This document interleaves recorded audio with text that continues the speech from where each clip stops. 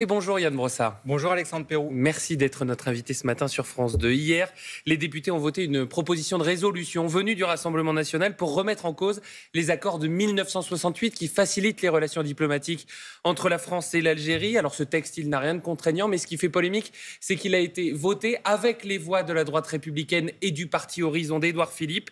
Est-ce que vous faites partie de ceux qui estiment qu'une digue a sauté hier ?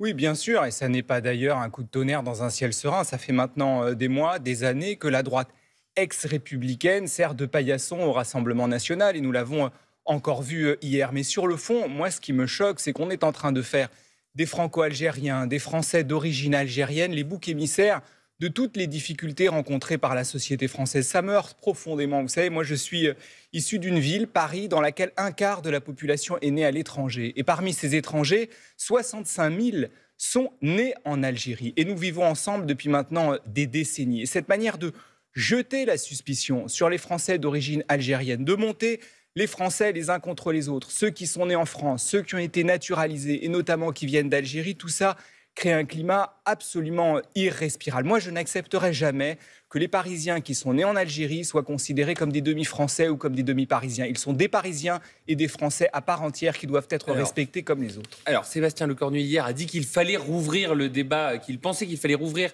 le débat sur cette question des accords de 68. Est-ce que quand on voit les difficultés aujourd'hui diplomatiques qui existent entre la France et l'Algérie, il ne faut pas durcir le ton malgré tout ? Tout ça ne sert strictement à rien. D'ailleurs, Bruno Retailleau, lorsqu'il était ministre de l'Intérieur, passait son temps à provoquer l'Algérie, le gouvernement algérien, tous les 4 matins. Il a obtenu quoi en échange ? Absolument rien. Et donc, ce qu'il faut, c'est renouer le fil du dialogue avec l'Algérie. Comme l'a d'ailleurs dit le ministre de l'Intérieur actuel, monsieur Nunes, on n'obtient rien par des oukases et par des provocations permanentes. Et par ailleurs, il faut que la France ait le courage de regarder avec honnêteté l'histoire de la colonisation. Vous savez, là aussi, moi je parle comme élu de Paris, c'est à Paris qu'a eu lieu le 17 octobre 1961 des centaines d'Algériens qui ont été jetés à la Seine alors qu'ils manifestaient pacifiquement pour l'indépendance de leur pays. Je souhaite d'ailleurs qu'à Paris, nous puissions ériger un monument en hommage aux victimes de la colonisation et notamment de la colonisation algérienne. C'est une proposition que vous faites ce matin ? Oui, c'est une proposition que je fais ce matin parce que je pense que notre pays, notre ville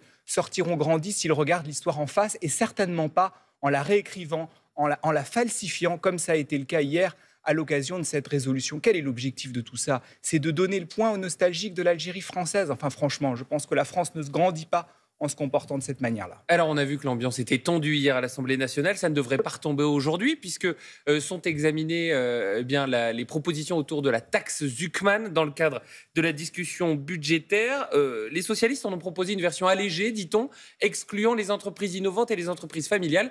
Est-ce que vous pourriez voter cette mesure ? Non, mais la taxe Zuckman, c'est déjà très light. On parle d'une taxe de 2% sur des patrimoines supérieurs à 100 millions d'euros. 100 millions d'euros. Et on est en train de nous faire pleurer sur des gens qui ont un patrimoine de 100 millions d'euros. Il y en a 1800 en France. Enfin, quand même. Est-ce qu'il n'y a pas un problème de calcul ? Oui. On avait entendu parler de ces entreprises innovantes, par exemple Mistralia, où ça n'est pas du stock, c'est du flux, comme on dit. Oui, il y aura des aménagements qui seront prévus. Et d'ailleurs, Gabriel Zuckman l'a prévu lui-même. Moi, je suis quand même choqué par le fait que lorsqu'on envisage de taxer des gens qui ont un patrimoine de 100 millions d'euros, on a droit au chant des pleureuses tous les jours. Et dans le même temps, les mêmes ne trouvent aucun problème à doubler les franchises médicales, à geler l'allocation adulte handicapé, à geler les pensions de retraite. Enfin, quand même, s'il y a des gens qui doivent passer à la caisse dans notre pays, c'est plutôt du côté des ultra-riches qu'il faut regarder que du côté des classes moyennes et des classes populaires. Alors, un mot des municipales, puisque vous êtes candidat à la mairie de Paris pour le Parti communiste. L'actualité, c'est aussi donc les suites de ce vol spectaculaire au musée du Louvre. Il y a le manque de caméras à l'extérieur du musée qui est pointé. Est-ce que Paris manque de caméras à l'extérieur? J'ai entendu Mme Dati expliquer ça. Il n'y a pas que Mme Dati, il y a Mme Descartes, la directrice du musée aussi. Enfin, c'est quand même extraordinaire. Les caméras à Paris, les caméras de vidéoprotection, elles sont la responsabilité du préfet de police. Et donc, soit Mme Dati n'est pas au courant et elle est incompétente, soit elle est au courant et elle ment. Une fois de plus, le plan de vidéosurveillance, c'est le préfet de police. Et d'ailleurs, le préfet de police l'a dit et le sait lui-même.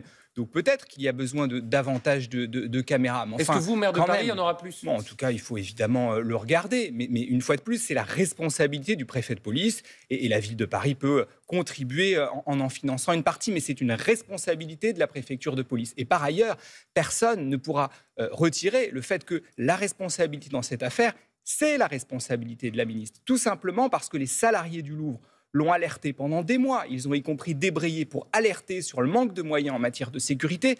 Et Mme Dati n'en a tiré aucune conclusion. Vous savez, mon opinion, c'est que s'il s'agissait de ces bijoux à elle, ils auraient été bien mieux protégés. Et donc oui, il y a une responsabilité de la ministre. Elle aurait d'ailleurs eu, après un événement pareil, avoir la dignité de démissionner. Et si elle s'occupait un peu plus de son ministère que de sa campagne électorale, on n'aurait sans doute pas assisté à ce casse historique. Alors justement, vous parlez de campagne électorale parce que c'est une de vos concurrentes dans l'élection municipale à la mairie de Paris au mois de mars. Lui a été préféré par les instances du parti Renaissance, le candidat Pierre-Yves Bournazel, qui est du parti d'Édouard Philippe Horizon. Ça divise les voix au centre droit. Et pendant ce temps, la gauche, elle aussi, est éclatée.